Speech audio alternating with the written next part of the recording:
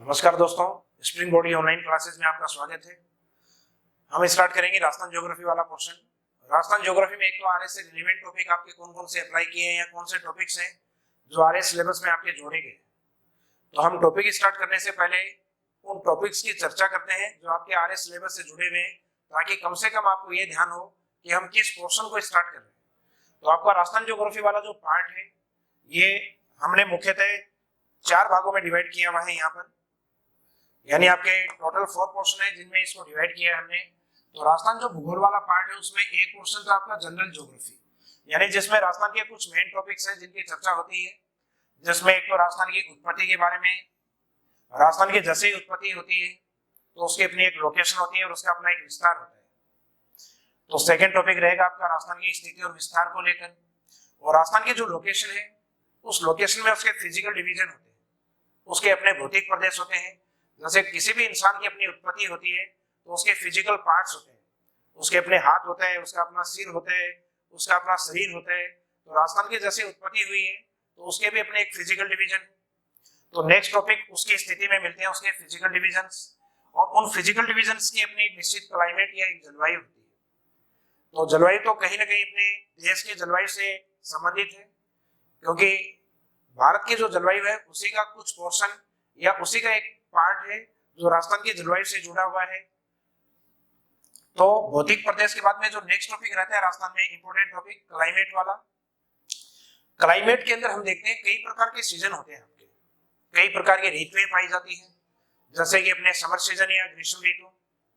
उसके बाद में अभी जो स्टार्ट होने वाली है अपनी वर्षा ऋतु, जिसकी अभी डेट 15 जून से बढ़ा के हाल ही लॉकडाउन के दौरान आपने देखा होगा न्यूज़पेपर में, या जनरली कई लोग जो न्यूज़पेपर से बचना भी चाहें तो उसमें एक आपका लेटेस्ट अपडेट किया है कि राजस्थान में वर्षा ऋतु या जो मानसून का टाइम पीरियड है वो 15 जून से बढ़ा के अभी 25 जून कर दिया गया है। तो ग्रीष्म ऋतु के बाद में आपका आता है वर्षा ऋतु, जिसका टाइम पीरियड अब हम 25 जून से पढ़ेंगे जब भी इस टॉपिक को स्टार्ट करेंगे। तब वर्षा ऋतु के बाद में जो नेक्स्ट पोर्शन होता है जिसमें सुहावना मौसम होता है, और जनरली शादियां जिस मौसम में अधिक होती है, अक्टूबर नवंबर के आसपास का ये समय होता है शरद ऋतु के रूप में, ऑटम सीजन के रूप में। और इसके बाद में दिसंबर से जो टाइम पीरियड आपका स्टार्ट है, दिसंबर वाला पार्ट है, जनवरी वाला पार्ट है, फरवरी वाला पार्ट है, इस पार्ट को हम लेते हैं शीत ऋतु के रूप में। यानी अपना जो क्लाइमेट सीजन है उसके अंदर अंतिम सीजन के रूप में हम देखेंगे अपना जो शीत ऋतु वाला पार्ट है। तो इसमें जो जलवायु ऋतुएं होती हैं उन जलवायु ऋतुओं में आपकी होती है वर्षा ऋतु। उस वर्षा ऋतु के ऊपर आपके नेक्स्ट टॉपिक डिपेंड करते हैं, क्योंकि वर्षा ऋतु जैसे ही स्टार्ट होती है तो अपने आप में मानसून आता है तो वर्षा ऋतु स्टार्ट होती है। और हमारे यहाँ राजस्थान का जो ड्रेनेज सिस्टम है या जो नदियां हैं वो कहीं ना कहीं मानसून पे डिपेंड है।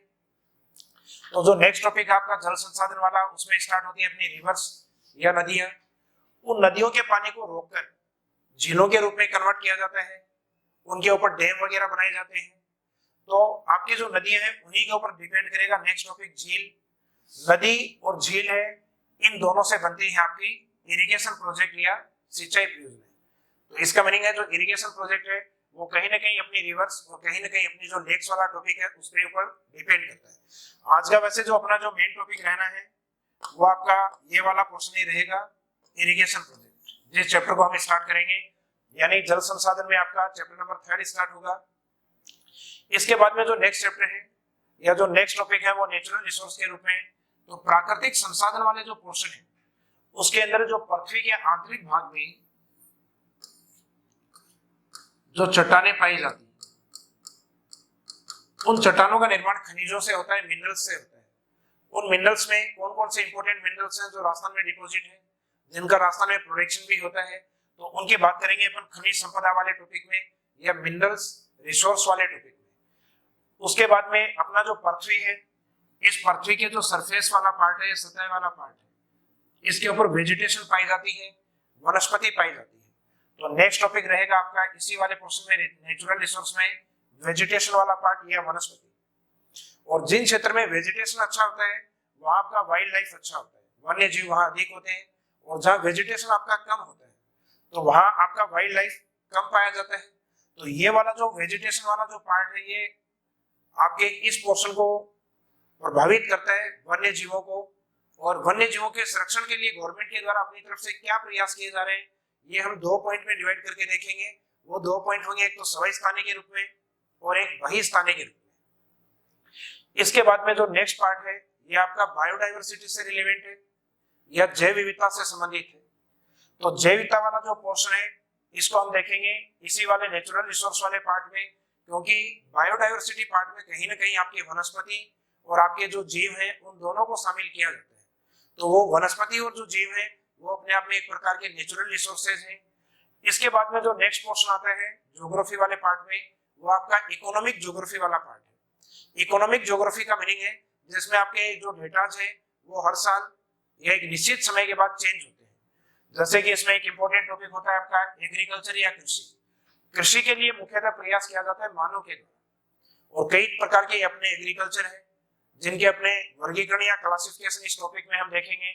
इसके बाद में कृषि के साथ एक कार्य हमने राजस्थान के अंदर मुख्यतः पशुपालन या लाइव स्टॉक का भी होता है। तो ये टॉपिक भी आपके आरएस मेंस के अंदर मेनली जोड़ा गया है, जहां से कई बार कुछ प्रमुख पशु हैं उनके नस्लों को एग्जाम में अप्लाई किया जाता है। इसके बाद में नेक्स्ट टॉपिक होता है आपका एनर्जी या ऊर्जा संबंधित, जिसको मुख्यतः 2 भागों में बांटा गया, एक परंपरागत ऊर्जा और एक गैर परंपरागत ऊर्जा, यानी कॉन्वेंशनल एनर्जी और नॉन कॉन्वेंशनल एनर्जी के रूप में। इसके बाद में जो नेक्स्ट टॉपिक है ये आपका इंडस्ट्रियल डेवलपमेंट या औद्योगिक विकास के रूप में, जिसमें सरकार के द्वारा किस प्रकार के प्रयास किए जा रहे हैं औद्योगिक विकास के लिए, तो उनको हम देखेंगे। और लास्ट वाला जो टॉपिक है आपका जनांकीय या जनसंख्या संबंधी, तो ये वाला जो टॉपिक रहेगा आपका पॉपुलेशन रिलेवेंट, ये आपका जो डेमोग्राफी वाला पार्ट है उसके रूप में। तो राजस्थान ज्योग्राफी के ये वाले जो क्वेश्चन है आपके, ये आरएस प्रीलिम्स के अकॉर्डिंग और आरएस मेन सिलेबस के अकॉर्डिंग अप्लाई किए हुए। अब इनमें से जिस चैप्टर को आज हम अपनी क्लास में स्टार्ट करेंगे वो रहेगा सिंचाई परियोजना वाला पार्ट। सिंचाई परियोजना वाला जो पार्ट है राजस्थान भूगोल के अंदर, ये रहेगा अपना सिलेबस के अकॉर्डिंग चैप्टर नंबर 7, लेकिन आज की अपनी क्लास के अंदर फर्स्ट जो टॉपिक है इसको ले रहे हैं अपन। इस टॉपिक में अगर हम देखें तो इस चैप्टर को हम मेनली 2 पोर्शन में डिवाइड करते हैं, जिसमें एक तो मोड ऑफ इरिगेशन, सिंचाई के माध्यम या साधन, दूसरा होता है सिंचाई परियोजनाओं का वर्गीकरण यानी क्लासिफिकेशन ऑफ इरिगेशन। पहली बात है कि अपने जो सिंचाई परियोजनाएं हैं इसमें जो इरिगेशन जो प्रोजेक्ट है, इन सिंचाई परियोजनाओं की राजस्थान में आवश्यकता महसूस क्यों हुई है। जो सिंचाई परियोजनाएं है राजस्थान में क्यों स्टार्ट की गई, तो सिंचाई परियोजनाएं स्टार्ट क्यों की गई इसके पीछे कुछ कारण है, जिसमें कुछ अपने प्राकृतिक कारण है, कुछ अपने कृत्रिम कारण भी इसके पीछे माने जाते हैं। तो सिंचाई परियोजनाओं की राजस्थान में आवश्यकता क्यों है।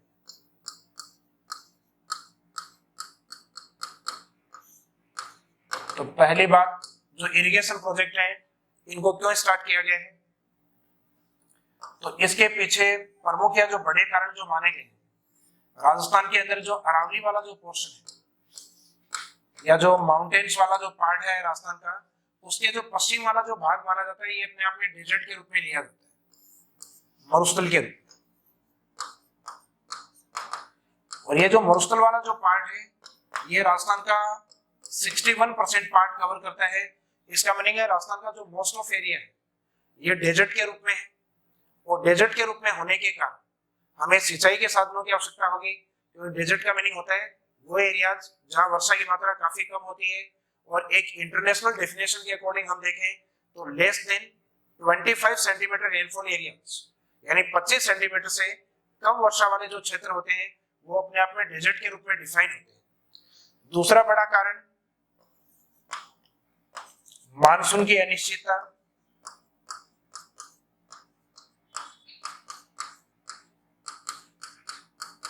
यानी अनसर्टेनिटी ऑफ मानसून। अब मानसून की अनिश्चितता, इसको रीजन क्यों लिया गया है, क्योंकि राजस्थान में जनरली मानसून अपने डिले होता है।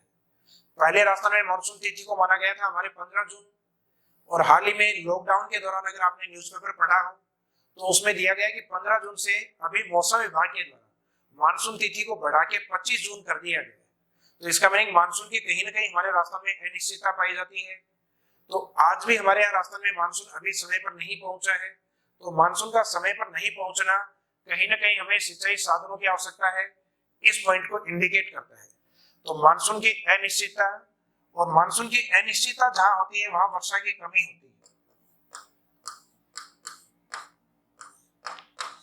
तो राजस्थान में कहीं ना कहीं वर्षा की कमी पाई जाती है। तो अपना जो इंडियन ज्योग्राफी के अंदर हम रेनफॉल देखते हैं या भारत की जो औसत वार्षिक वर्षा जो देखते हैं वो 125 सेंटीमीटर, जबकि राजस्थान के अंदर औसत वार्षिक वर्षा है आपकी 57.5 सेंटीमीटर, 57.5 सेंटीमीटर। तो भारत की औसत वर्षा से राजस्थान की जो औसत वर्षा है वो आधी भी नहीं है। तो अगर वर्षा नहीं हो रही तो हमें सिंचाई के लिए किसको अपनाना पड़ेगा? सिंचाई के साधन या माध्यम को अपनाना पड़ेगा। नेक्स्ट, सिंचाई साधनों को इसलिए भी अपनाया गया है क्योंकि राजस्थान की जो जनसंख्या है, तो जनसंख्या का अधिकांश भाग यानी 100% जो पॉपुलेशन है उसका अप्रोक्सीमेट 62% जो पार्ट है वो एग्रीकल्चर पे डिपेंड करता है। तो एग्रीकल्चर पे डिपेंड करेगा, और हमारे यहाँ मानसून समय पर नहीं है, हमारे यहाँ वर्षा की मात्रा अधिक नहीं है। तो इसका मीनिंग जो जनसंख्या एग्रीकल्चर पे डिपेंड करती है वो किस पे डिपेंड होगी? वो इरिगेशन के साधनों पे डिपेंड होगी। तो इसलिए हमारी जनसंख्या वो इरिगेशन या सिंचाई के साधनों को अपनाती है। तो राजस्थान में सिंचाई परियोजनाओं की आवश्यकता क्यों है? अगर ये जनरल क्वेश्चन आपसे पूछ लिया गया है आरएस एग्जाम में, ये पूछा जा सकता है आपसे 50 वर्ड्स तक, 50 शब्दों तक का एक इंपॉर्टेंट क्वेश्चन बनता है। तो उसमें आपको ये पॉइंट्स अप्लाई करने हैं कि राजस्थान का अधिकांश भाग मरुस्थलीय रूप में है, जो कि 61% भाग है कवर्ड एरिया के रूप में, डेजर्ट कवर्ड एरिया के रूप में। दूसरा इंपॉर्टेंट पॉइंट, राजस्थान में मानसून की अनिश्चितता पाई जाती है कि एक निश्चित तिथि को राजस्थान में मानसून की एंट्री नहीं होती। तो कहीं ना कहीं ये कारण भी है कि हमें सिंचाई साधनों को अपनाना होता है। थर्ड इंपॉर्टेंट पॉइंट है वर्षा की कमी, कि देश की जो औसत वर्षा है उससे राजस्थान में औसत वर्षा कम पाई जाती है। और जो नेक्स्ट पॉइंट है कि राजस्थान की अधिकांश जनसंख्या यानी अप्रोक्सीमेट 62% जो पॉपुलेशन है वो एग्रीकल्चर पे डिपेंड है। तो इस पार्ट को स्टार्ट करने से पहले अपने इस बेसिक पॉइंट्स को स्टार्ट किया है। अब हम देखेंगे इसमें पॉइंट नंबर फर्स्ट कि हमारे यहाँ सिंचाई के साधन या माध्यम कौन कौन से अपनाए गए हैं। तो इसमें देखते हैं अपन,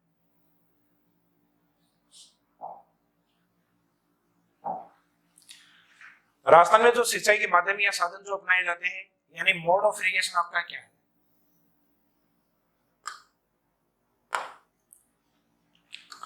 मोड ऑफ इरिगेशन है ये कुओं के रूप में यानी वेल्स के रूप में, ट्यूबवेल्स के रूप में, कैनाल्स के रूप में, पौंड या तालाब के रूप में और अदर।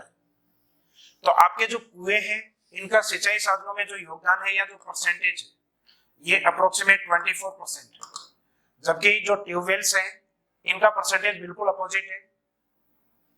अपोजिट यानी 24 का अगर अपोजिट करोगे तो 42। कैनाल्स का जो योगदान है ये अप्रोक्सीमेट राजस्थान में 30%, जो पौंड या जो तालाब है इनका अप्रोक्सीमेट 1%, और जो अदर रिसोर्स है उनका या जो अन्य संसाधन है उनका है 3% योगदान। अब हमारे राजस्थान में जो कुएं हैं उनका योगदान सर्वाधिक किस क्षेत्र में है? तो राजस्थान में अधिकांश जनसंख्या का जो जवाब है वो आपके जयपुर डिस्ट्रिक्ट में है। तो अधिकांश जनसंख्या अगर जयपुर में है, और हमें पता है राजस्थान की अधिकांश जनसंख्या किस पे डिपेंड करती है? कृषि या सिंचाई पर। तो मुख्यतः अधिकांश जनसंख्या जयपुर में होने के कारण कुओं के द्वारा जो सिंचाई होती है ये सर्वाधिक जयपुर में है। और कुओं का रूप आजकल जो एक बंद कुआं होता है या जो ड्रिलिंग के द्वारा पानी प्राप्त करने वाला जो कुआं होता है वो होता है ट्यूबवेल या नलकूप। इनका योगदान भी आपका सर्वाधिक जयपुर में, जहां जनसंख्या अधिक होगी। इसके बाद में जो कैनाल है, तो कैनाल वाले पोर्शन में सामान्यतः आपकी नदियां कम होती हैं, इन एरिया में अपने वर्षा कम होती है। तो अपने दूसरे स्टेट से या राजस्थान के उस एरिया से पानी लाया जाता है जहां नदियां अधिक होती है। तो इस प्रकार के प्रयास राजस्थान के उत्तर और पश्चिम में अधिक किए गए, डेजर्ट की ओर अधिक किए गए हैं। तो जिसमें आपके उत्तरी राजस्थान का एक प्रमुख जिला शामिल होता है श्री गंगानगर। तो अगर आपसे पूछा गया है राजस्थान में नहरों के द्वारा सर्वाधिक सिंचाई किस क्षेत्र में होती है, तो श्री गंगानगर डिस्ट्रिक्ट में। तालाबों की जब बात होती है तो राजस्थान का अरावली वाला जो चट्टानी भाग है, अजमेर से जो सदर्न पार्ट है भीलवाड़ा, तो भीलवाड़ा की ओर तालाबों का योगदान सर्वाधिक माना जाता है। तो तालाब वाले पोर्शन में आपका रहेगा भीलवाड़ा। बाकी जो अदर या अन्य संसाधन है सिंचाई के या माध्यम जो है, उन संसाधन या माध्यमों में अपनाया जाता है जो इंपोर्टेंट लेक है, राजस्थान की कुछ प्रमुख झीलें जिनसे सिंचाई की जाती है, या पश्चिमी राजस्थान में आपने सुना होगा कि जैसलमेर की ओर कुछ अस्थायी पानी की झीलें बनाई जाती हैं पानी वालों के द्वारा, जो खड़ी झीलों के रूप में जानी जाती हैं। तो अन्य साधनों में एक तो अपन झीलों को अपना सकते हैं। दक्षिणी राजस्थान में मुख्यतः नदियों का जो पानी चट्टानों के ऊपर से गिरता है, जिसको हम वाटरफॉल के रूप में या जलप्रपात के रूप में लेते हैं, तो जलप्रपातों के द्वारा भी सिंचाई की जाती है राजस्थान में। और इसके द्वारा जो कैनाल एरियाज होते हैं उनके पास में पानी के छोटे कुंड बना लिए जाते हैं। उन पानी के छोटे कुंड या टैंक को हम नाम क्या देते हैं, डिगी के माध्यम से इनको डिफाइन किया जाता है। तो आपके मोड ऑफ इरिगेशन अगर पूछे गए, सिंचाई के माध्यम अगर एग्जाम में पूछे गए हैं, तो यहाँ से जो क्वेश्चन आपका अप्लाई होगा वो आपका ऑब्जेक्टिव टाइप क्वेश्चन, या अपन कह सकते हैं कि जो एबेसेड वाले जो क्वेश्चन आपके अप्लाई होते हैं उसमें अप्लाई हो सकता है। तो इसमें एक तो अप्लाई हो सकता है कि इरिगेशन के जो आपके मोड ऑफ इरिगेशन है उनका डिक्लाइन ऑर्डर या डिसेंडिंग ऑर्डर बताइए। तो डिसेंडिंग ऑर्डर में अगर बताएंगे तो नलकूप मैक्सिमम है, कैनाल सेकंड मैक्सिमम है, वेल्स आपके थर्ड मैक्सिमम है। तो इनका ऑर्डर रहेगा नलकूप, नहर और कुएं। और इसके बाद में सबसे कम रहता है आपका तालाब का, क्योंकि अन्य संसाधन 3% जरूर है, लेकिन उसमें बहुत सारे संसाधन या माध्यम आपके काउंट होते हैं। तो जब भी आपको ऑर्डर में रखना हो तो एग्जाम में आपके मुख्यतः ये 4 क्वेश्चन आपको दिए जाएंगे, जिनको डिक्लाइन ऑर्डर यानी घटते हुए क्रम में, या आपका जो असेंडिंग ऑर्डर है बढ़ते हुए क्रम में इनको आप रख सकते हैं, अगर आपको ये परसेंटेज याद हो। तो स्टार्टिंग वाले जो दोनों संबंधित है मुख्यतः जयपुर से, आपका कैनाल वाला ये उत्तरी राजस्थान गंगानगर से, और ये आपका जो तालाब वाला है मध्य राजस्थान के दक्षिण की ओर यानी भीलवाड़ा से संबंधित है। इसके बाद में इस चैप्टर में हम बात करेंगे क्लासिफिकेशन ऑफ इरिगेशन। तो इसमें देखते हैं अपन नेक्स्ट पॉइंट में सिंचाई परियोजनाओं का वर्गीकरण, जो कि अपने पॉइंट नंबर बी के रूप में लिया हुआ है।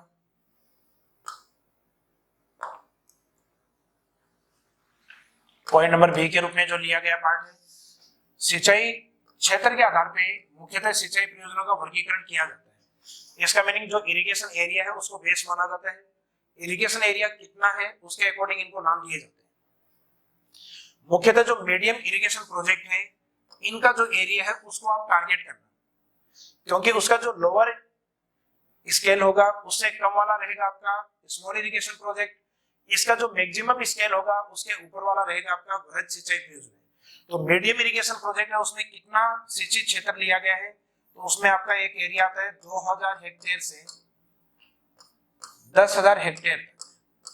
अगर इसके बीच का अगर एरिया इरिगेशन में लिया गया है तो आपको मीडियम इरिगेशन प्रोजेक्ट के रूप में डिफाइन होता है। अगर इसके ऊपर का स्केल लिया गया है जैसे कि 10,000 हेक्टेयर या इससे ऊपर का स्केल लिया गया है तो बृहद सिंचाई परियोजनाओं के रूप में डिफाइन होता है।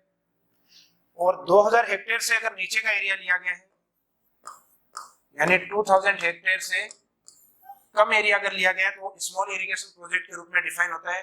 तो 0 से 2000 तक स्मॉल इरिगेशन प्रोजेक्ट, 2000 से 10,000 तक मध्यम सिंचाई परियोजनाओं के रूप में मीडियम इरिगेशन प्रोजेक्ट, और मेजर इरिगेशन प्रोजेक्ट के रूप में या जो मैक्रो इरिगेशन प्रोजेक्ट है, एक होता है माइक्रो और एक होता है मैक्रो।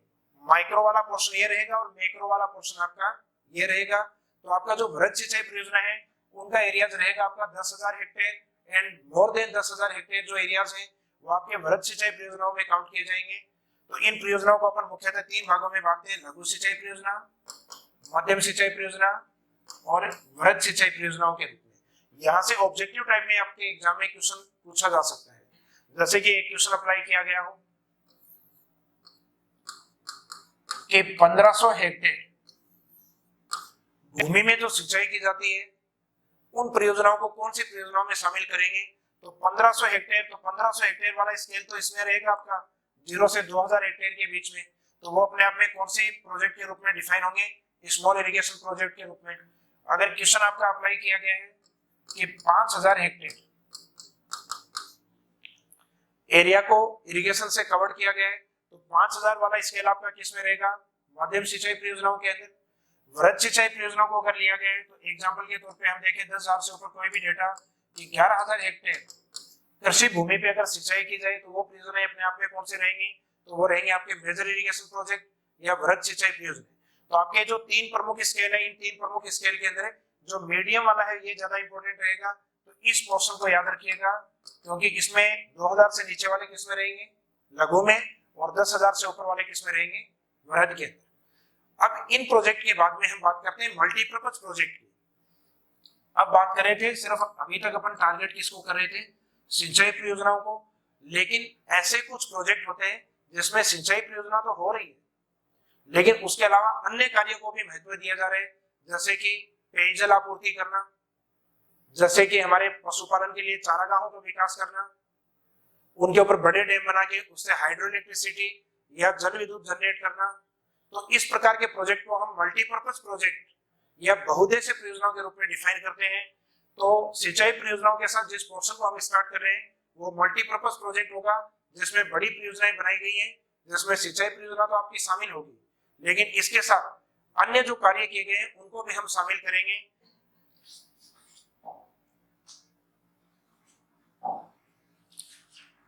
तो इसी के अंदर आपके विशेष बिंदु के रूप में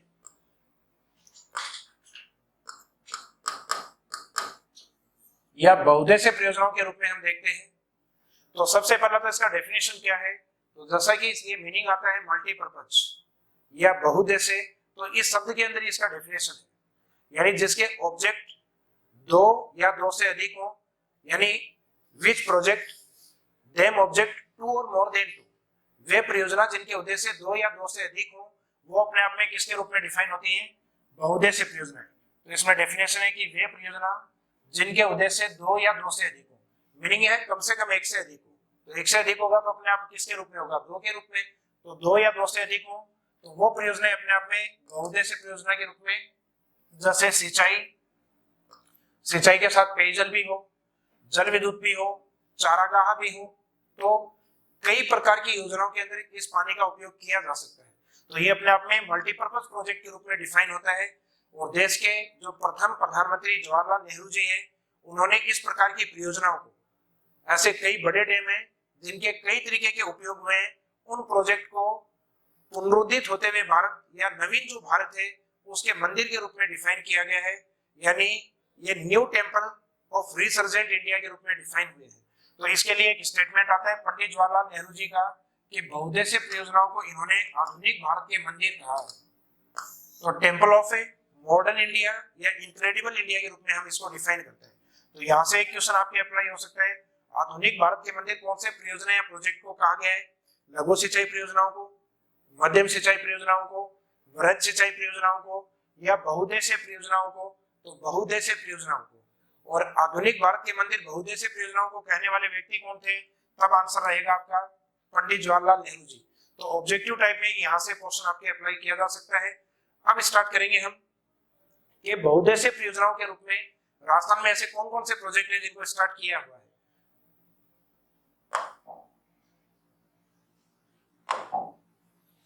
तो बहुउद्देश्य परियोजनाओं के रूप में एक तो हम पहले ये देख लेते हैं कि प्रथम बहुउद्देश्य परियोजनाओं के रूप में कौन कौन सी है, उसके बाद में कौन कौन से प्रोजेक्ट को स्टार्ट किया हुआ है उनकी चर्चा हम करेंगे। तो प्रथम बहुउद्देश्य परियोजनाओं के रूप में अगर विश्व के अकॉर्डिंग देखा जाए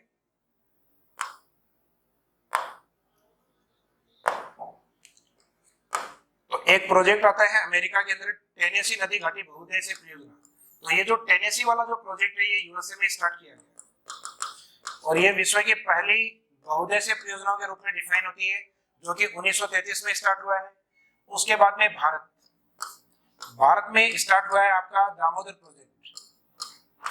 दामोदर जो बहुउद्देश्य परियोजना है ये स्टार्ट हुई आपकी 1948 के अंदर। इसके बाद में आपका जो राजस्थान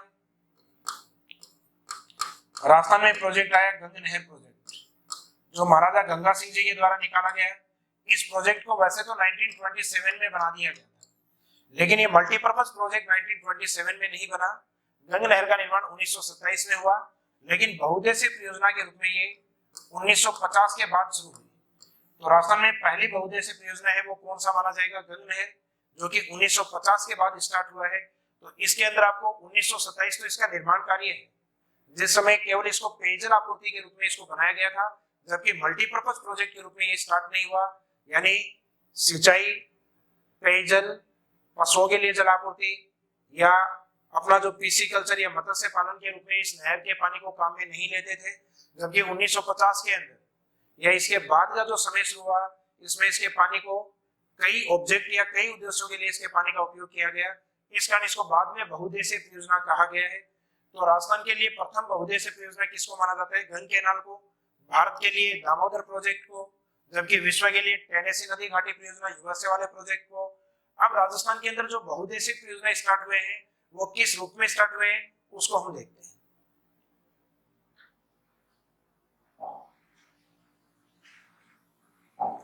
तो इस टॉपिक को राजस्थान वाले मल्टीपर्पज प्रोजेक्ट को जब हम स्टार्ट करते हैं तो एक तो स्टार्ट होता है आपका इसमें रिवर वैली प्रोजेक्ट या नदी घाटी बहुउद्देशीय परियोजनाएं।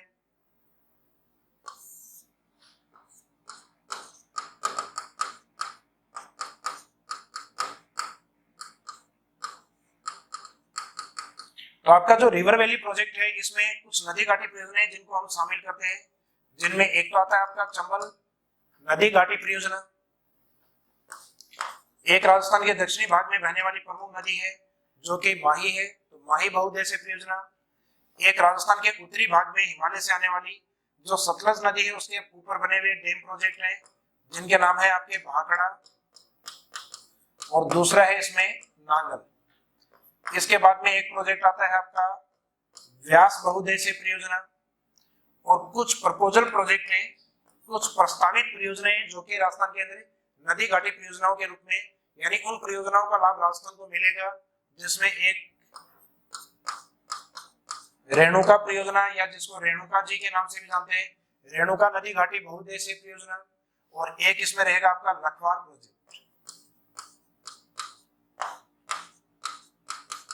लखवार परियोजना यानी बहुउद्देशीय परियोजना में जब नदी घाटी का मीनिंग है मुख्यतः नदियों के ऊपर बने हुए बहुउद्देशीय परियोजनाएं हैं, उन परियोजनाओं को अपन कहेंगे रिवर वैली प्रोजेक्ट्स के रूप में, जिसमें आपके ये टोटल 6 पार्ट चलेंगे।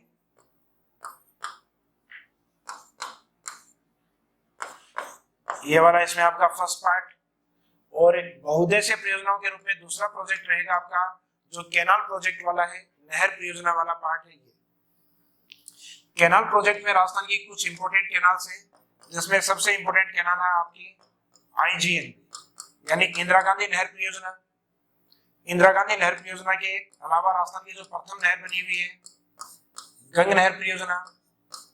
गंग नहर के अलावा उत्तरी राजस्थान में राजीव गांधी जी के नाम से है।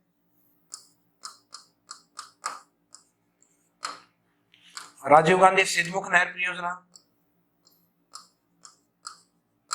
राजीव गांधी सिद्धमुख नहर परियोजना। फिर एक दक्षिणी पश्चिमी राजस्थान में इंपोर्टेंट कैनाल बनी है आपकी नर्मदा नहर। इसके अलावा कुछ कैनाल्स अपनी ऐसी हैं जो पूर्वी राजस्थान से भी संबंध रखती हैं, जैसे एक गुड़गांव कैनाल है जो कि यमुना नदी पर बनी हुई है, इस कारण इसको यमुना नहर भी कहते हैं। और एक प्रोजेक्ट आपका आता है राजस्थान ईस्टर्न कैनाल प्रोजेक्ट के रूप में, राजस्थान पूर्वी नहर परियोजना के रूप में, RECP के रूप में, जो कि एक प्रपोजल प्रोजेक्ट है जिसके ऊपर काम हो भी रहा है, और एक पूर्वी राजस्थान में डिस्ट्रिक्ट के नाम से इंडिकेट होती है भरतपुर नहर के रूप में, भरतपुर कैनाल के रूप में। तो जब हम बहुउद्देशीय परियोजना में कैनाल्स को पढ़ेंगे तो कैनाल्स के रूप में अपने को जो इंपोर्टेंट कैनाल्स हैं इनको पढ़ना होगा, जो कि पॉइंट नंबर 7 तक अपने इंडिकेट है। RECP जो प्रोजेक्ट है इसके ऊपर आपके लास्ट टाइम RS मेंस में क्वेश्चन आ भी चुका है। तो इन कैनाल प्रोजेक्ट के रूप में अगर हमें एग्जाम में पूछा जाए कि राजस्थान की जो नहर परियोजना है या बहुउद्देशीय मल्टीपर्पज जो कैनाल प्रोजेक्ट्स हैं वो कौन कौन से हैं, तो उनके बारे में आपको इन कैनाल प्रोजेक्ट्स को इंडिकेट करना होगा। हो सकता है 2 नंबर में पूछ लिया जाए, तो 2 नंबर में तो अपने को कैनाल प्रोजेक्ट के नाम ही बताने हैं। अगर 2 नंबर में पूछ लिया गया है कि राजस्थान के जो मल्टीपर्पज प्रोजेक्ट हैं उनमें से किन्हीं 4 या 6 प्रोजेक्ट के नाम बताइए, तो मल्टीपर्पज प्रोजेक्ट के अब उसमें स्टार्ट करेंगे। आज अपने इस पोर्शन में जो चलेगा वो पार्ट चलेगा अपना नदी घाटी परियोजना वाला या जो अपना रिवर वैली प्रोजेक्ट वाला वो पोर्शन, जिसमें हम स्टार्ट करेंगे पहला अपना चंबल मल्टीपर्पज प्रोजेक्ट के रूप में, चंबल बहुउद्देशीय परियोजना के रूप में।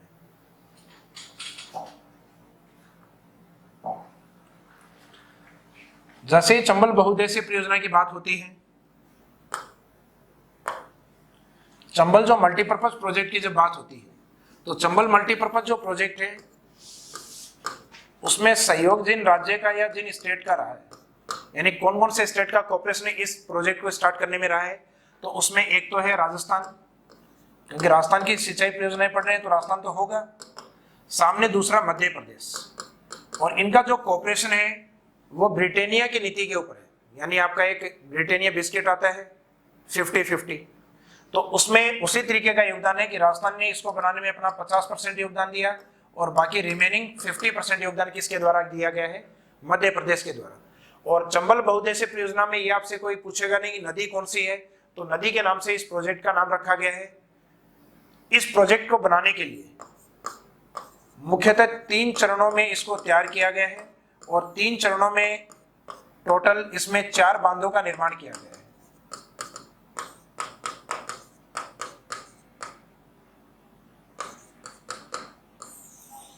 इसमें टोटल निर्मित बांध कितने हैं, तो कंस्ट्रक्शन जो डैम है इसमें टोटल 4 है, जिसमें इस डायग्राम में आप देख रहे हैं कि जो चंबल रिवर है जो इस साइड में मध्य प्रदेश वाले एरिया से और इस साइड में यमुना की ओर बढ़ती है, क्योंकि आपको ये ध्यान हो कम से कम कि रिवर के ओरिजिन पॉइंट से और डिस्चार्ज पॉइंट है या उसका जो कॉन्फ्लुएंस पॉइंट है उस और डैम किस क्रम में बने हुए हैं, क्योंकि राजस्थान में चंबल से संबंधित ये पॉइंट एग्जाम में पूछे जाते हैं कि बांधों का उद्गम से संगम की ओर क्रम बताइए या संगम से उद्गम की ओर क्रम बताइए। तो उस क्रम में सबसे पहला बांध आता है गांधी सागर बांध, जो राजस्थान में स्थित नहीं होकर मुख्यतः मध्य प्रदेश में स्थित है। इसके बाद राजस्थान में जैसे ही नदी एंट्री करती है तो राजस्थान में इसमें पहला डैम बनता है राणा प्रताप सागर, और राणा का एरिया था मुख्यतः मेवाड़, और मेवाड़ से रिलेवेंट डिस्ट्रिक्ट है चित्तौड़गढ़ यहाँ पर। तो राणा प्रताप सागर बांध जिसका संबंध है चित्तौड़ से। इसके बाद में जब नदी आगे की ओर फ्लो करती है तो आगे की ओर फ्लो करती है तो जवाहर सागर डैम इसमें बना हुआ है, जिसकी लोकेशन होती है आपकी कोटा और बूंदी की बाउंड्री पर। उसके बाद में इस नदी के ऊपर जो लास्ट जो डैम एक इंडिकेट इसमें डायग्राम में नहीं है, उस डैम को हम इंडिकेट करते हैं कोटा बैराज के रूप में। कोटा बैराज के रूप में, तो जैसा नाम है वैसा उसका लोकेशन है कोटा। तो चंबल नदी के ऊपर जो बने हुए डैम है वो क्रम से 4 बांध है, जिनमें से एक बांध एमपी में है और बाकी जो तीनों बांध है वो कंटिन्यू राजस्थान की ओर है। तो एग्जामिनर आपको यहाँ एग्जाम में ऑप्शन दे सकता है ये कंटिन्यू जो डैम है इनको, और ऑप्शन में लिख के पूछ सकता है कि चंबल का वह प्रोजेक्ट कौन सा है जो राजस्थान में निर्मित नहीं है। तो समझ में आ गया होगा कि गांधी जी को राजस्थान के बाहर रखा गया है। तो गांधी पहले है, राणा उसके बाद है और जवाहर उसके बाद है, यानी ये जो स्टार्टिंग के जो 3 नाम है ये व्यक्तियों के नाम से लिए गए हैं, गांधी, राणा और जवाहर, और लास्ट वाला डिस्ट्रिक्ट के नाम से लिया गया कोटा बैराज। और एक ये जो जवाहर सागर बांध है इसको एक नाम और भी दिया जाता है, इसको कोटा डैम भी कहा जाता है।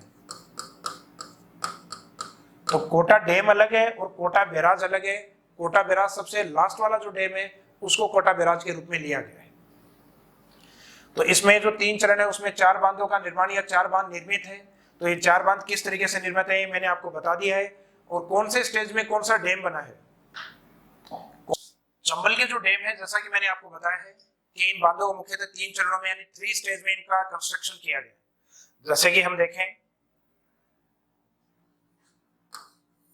राजस्थान के मैप के अकॉर्डिंग अगर इनको हम देखें तो ये जो चंबल रिवर है जैसे ही राजस्थान में एंट्री करती है तो इससे पहले जो डैम बना हुआ है गांधी सागर, और इसके सबसे लास्ट में जो डैम बना हुआ है कोटा बैराज के रूप में। तो स्टार्टिंग का जो गांधी सागर है और लास्ट का जो कोटा बैराज है इनको प्रथम चरण में बनाया गया है, और उसके बाद में दूसरे चरण में आपके राणा प्रताप सागर और तीसरे चरण में आपके जवाहर सागर। यानी प्रथम जो 3 चरण है उसमें आपको व्यक्तियों के नाम लिखने हैं और वो अलग अलग लिखने हैं।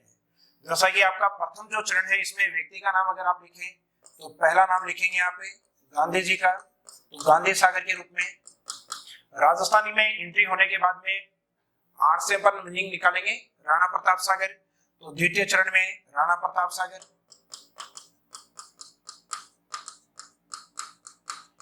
नेक्स्ट आपका तृतीय चरण जिसमें आपका रहेगा जवाहर सागर।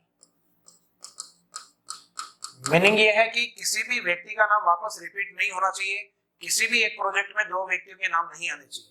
यानी तीनों प्रोजेक्ट में तीनों व्यक्तियों के नाम अलग अलग रख दिए अपने क्रम से रखे, गांधी, राणा और जवाहर। और लास्ट वाला जो बचता है कोटा बैराज उसको गांधी सागर के साथ ही तैयार किया गया था। यानी प्रथम चरण में 2 काम हुए थे, गांधी सागर का काम एमपी की ओर और कोटा बैराज का काम राजस्थान की ओर।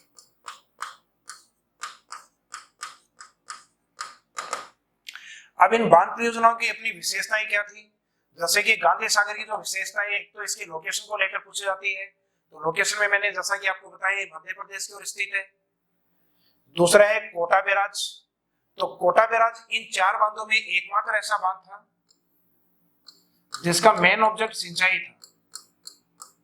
तो इसका मीनिंग बाकी जो बांध थे इनके और क्या ऑब्जेक्ट थे, तो बाकी जो डैम है उनमें इरिगेशन वगैरह तो किया जाता है, लेकिन सामान्यतः जवाहर सागर, राणा प्रताप सागर, गांधी सागर, इनसे अपने जल विद्युत या जो हाइड्रो इलेक्ट्रिसिटी है इसका भी उत्पादन किया गया है। जैसे गांधी सागर से कितना है, राणा प्रताप सागर से कितना है, जवाहर सागर से कितना है, जबकि कोटा बैराज का हमने देख लिया है ये अपने आप में एक सिंचित या सिंचाई बांध के रूप में है।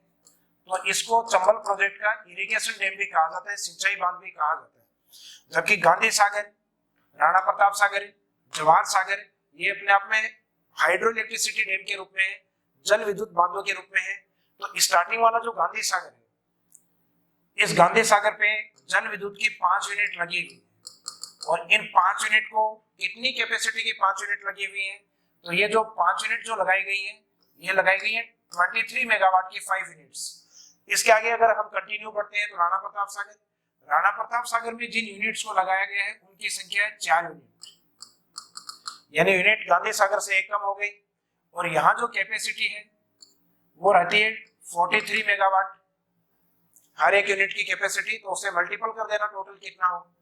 उसके बाद में जो जवाहर सागर वाला जो पार्ट है, जवाहर सागर वाले में यूनिट एक और कम होगी, इसमें केवल 3 यूनिट है जिनकी कैपेसिटी कितनी है 33 मेगावाट, यानी 33 मेगावाट की हर एक यूनिट है, जो टोटल जाके कितनी होती है 99 मेगावाट या 99 मेगावाट के आसपास।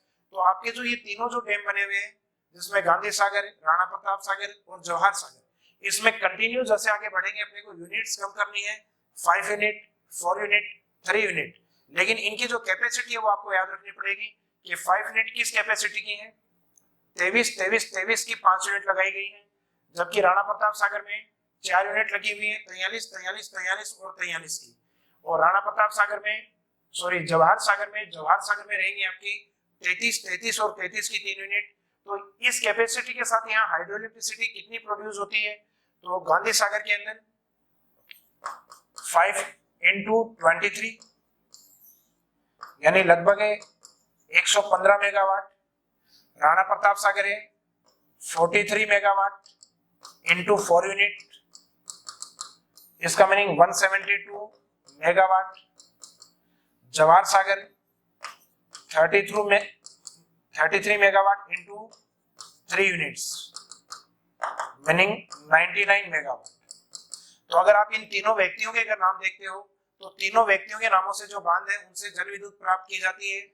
और तीनों व्यक्तियों में अगर गांधी को लो, राणा को लो और जवाहर को लो, तो सबसे पावरफुल व्यक्ति आपको जो मिलेगा वो मिलेंगे राणा। तो राणा की जो पावर है जल विद्युत की वो कितनी है 172। इसके बाद में दूसरे जो मैक्सिमम मिलेंगे वो मिलेंगे गांधी जी पावरफुल, जिनकी पावर कितनी है 115 मेगावाट। और इन तीनों में सबसे कमजोर या कम जल विद्युत उत्पादन वाला जो बांध है वो जवाहर सागर है जो कि 99 मेगावाट। अगर इसको डिक्लाइन ऑर्डर में एग्जाम में पूछा जाए तो आपको याद रखना है घटते हुए क्रम में राणा, गांधी और जवाहर की ओर, और बढ़ते हुए क्रम में जवाहर, गांधी और राणा की ओर। और वह डैम इन चारों में से जहां केवल सिंचाई की जाती है तो वो मैंने आपको बताया था लास्ट वाला जो कोटा बैराज है, ये केवल इरिगेशन डैम के रूप में डिफाइन होता है, यहाँ से हाइड्रो इलेक्ट्रिसिटी तैयार नहीं की जाती। तो इस पोर्शन के बाद में तो नदी घाटी परियोजना वाले जो अदर जो पोर्शन अपने बचे हैं, जिसमें माही है, अपना व्यास प्रोजेक्ट है, भाखड़ा नांगल प्रोजेक्ट है, उसको हम देखेंगे इसके बाद के नेक्स्ट वीडियो में पार्ट नंबर 2। Thank you.